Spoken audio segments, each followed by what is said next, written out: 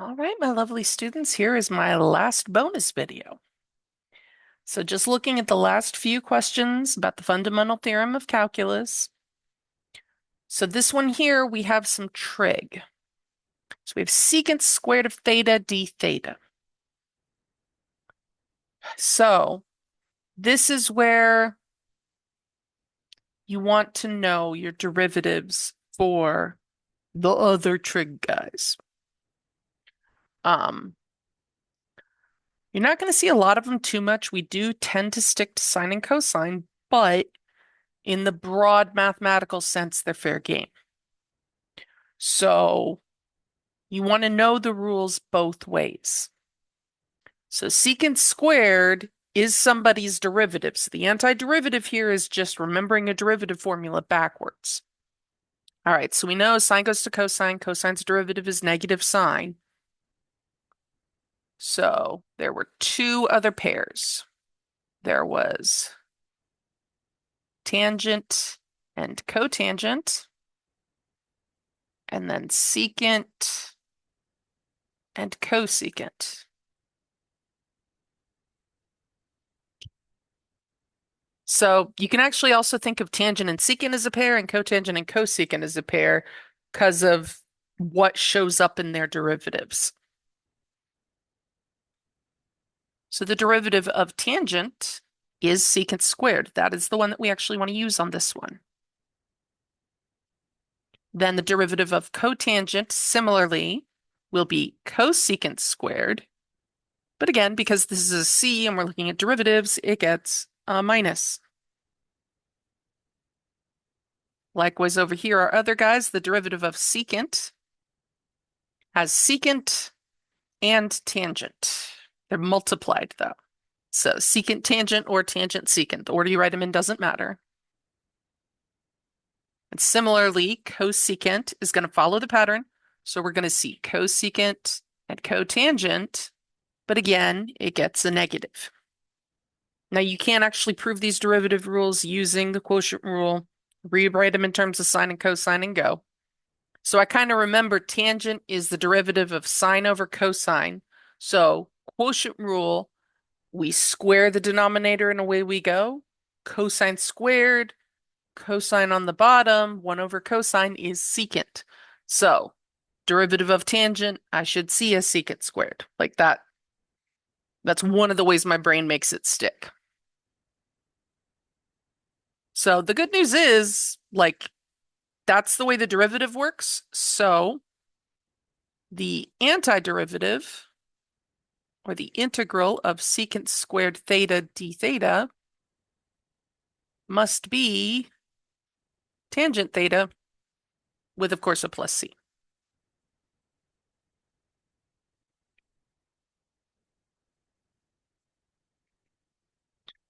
Now, they also wanted it evaluated. It's a definite integral.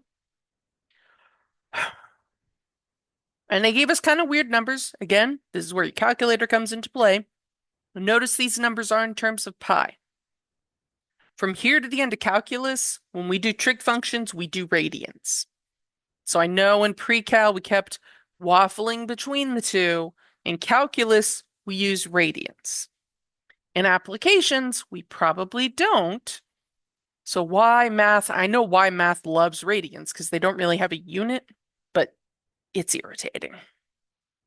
All right, so this one then, when we do the evaluation, we will be evaluating the tangent of theta from 4 pi up to 17 pi over 4.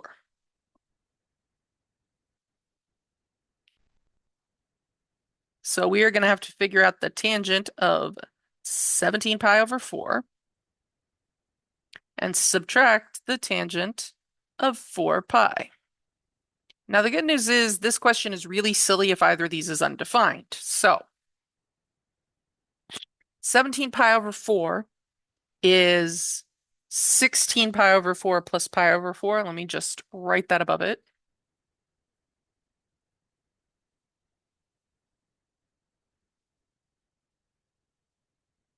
Sixteen pi over 4 is 4 pi, which is 2 times 2 pi. So 17 pi over 4 is coterminal with pi over 4.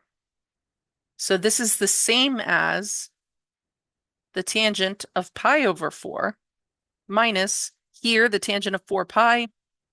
That is going to be equivalent to the tangent of 0.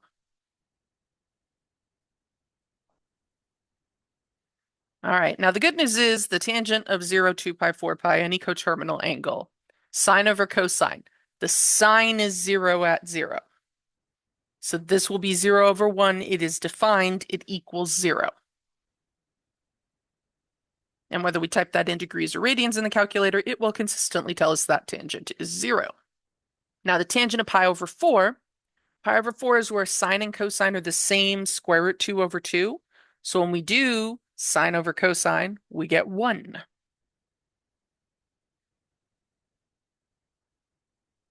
So here, the area under the graph of secant squared from 4 pi to 17 pi over 4 sums up to an area of 1.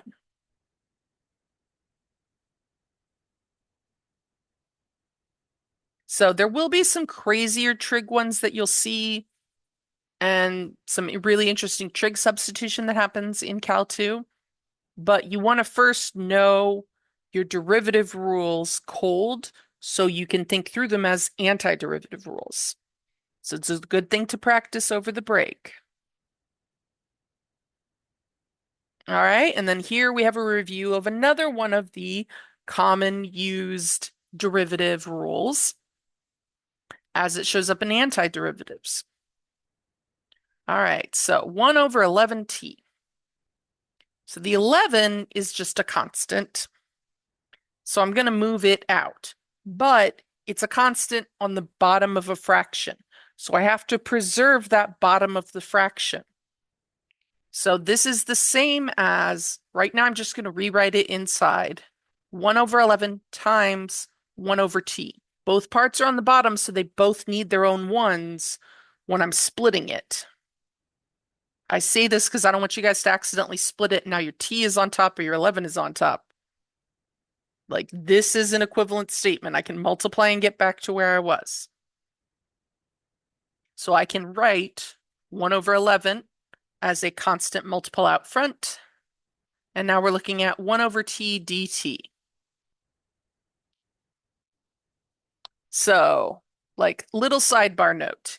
Here's what happens to a lot of people. They go, oh, I know what to do. That's t to the negative 1. And then I can use my antiderivative power rule and I add 1 and I get 0. Oh, well, t to the 0, that's 1. And then I divide by 0. Well, crap. So, power rule doesn't work here. This is the one power that the power rule doesn't work on. So this is our not super lazy derivative, but the inverse function of our super lazy. Super lazy is e to the x. Derivative of e to the x is e to the x. So the derivative of natural log of x is 1 over x.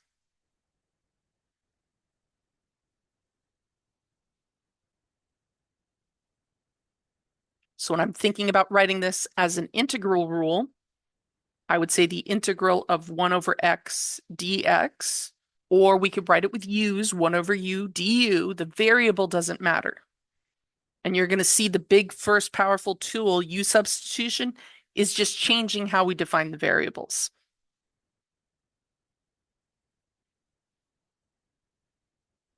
So it's just the natural log of x plus c. So up here, I'm going to get the 1/11th. My variable here, though, is in terms of t. So what I'm going to write here is the natural log of t. And then I'll slap my plus c button. All right, so we have our general antiderivative. Now they ask, oh, can you go ahead and evaluate that from 8 to 2? Give me the area under the curve between 2 and 8. Sure, no problem. So this will equal 1/11th times the natural log of t evaluated from 2 to 8. This is not a pretty number. This is a disgusting number. Natural log of 8 some ugly number, natural log of 2, some ugly number. Subtracting them, still ugly. Times 1/11th, now it's worse. So there is no fraction to be written here. I mean, we can take the difference of natural logs and like combine it into a different natural log, but at this point, like typically all anybody really wants is the decimal. So 1/11th times the natural log of 8 minus 1/11th times the natural log of 2. So let's just crunch that up real quick. Boop, boop.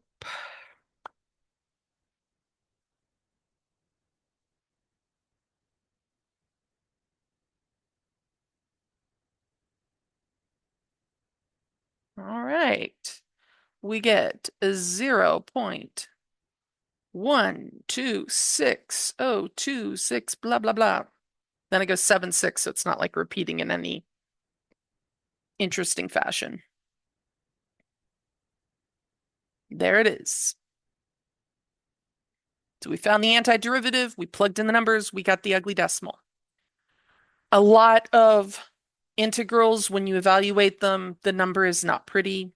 It'll like, we saw the one with the power rule, like that one we happen to get fractions out of, cool, and the calculator can spit that out. But realistically, if you're doing any sort of application problem, you want the decimal. The fraction isn't really that useful. All right.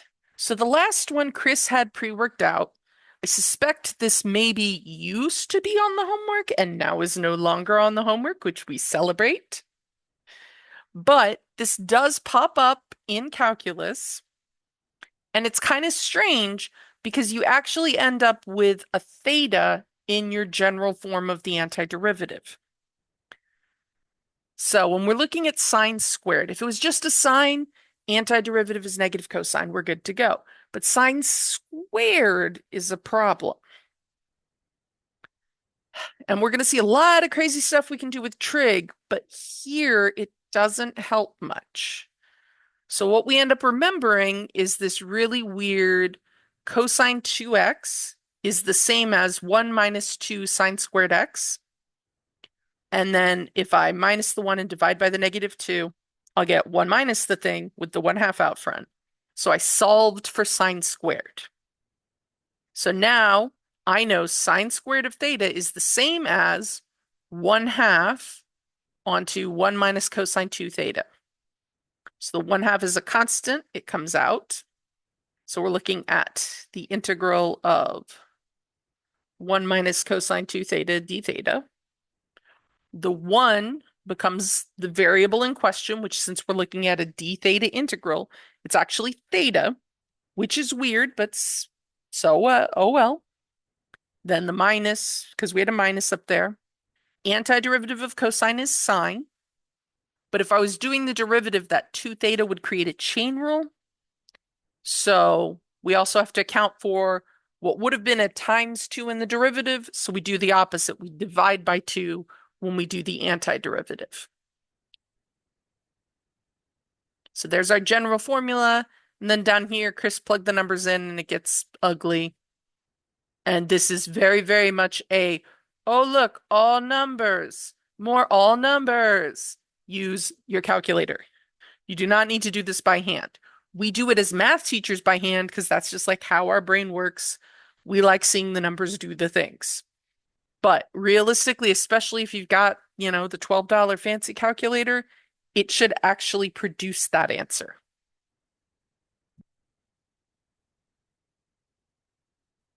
And really, our obsession with the exact answer in mathematics is meh. All right, so the overall review. When we're looking at the derivative from a to x of a function, the derivative of the integral, we end up canceling them out, but for this cancellation to work, that part of the integral has to be a variable, or what we have down here, a variable expression, which will provoke a chain rule.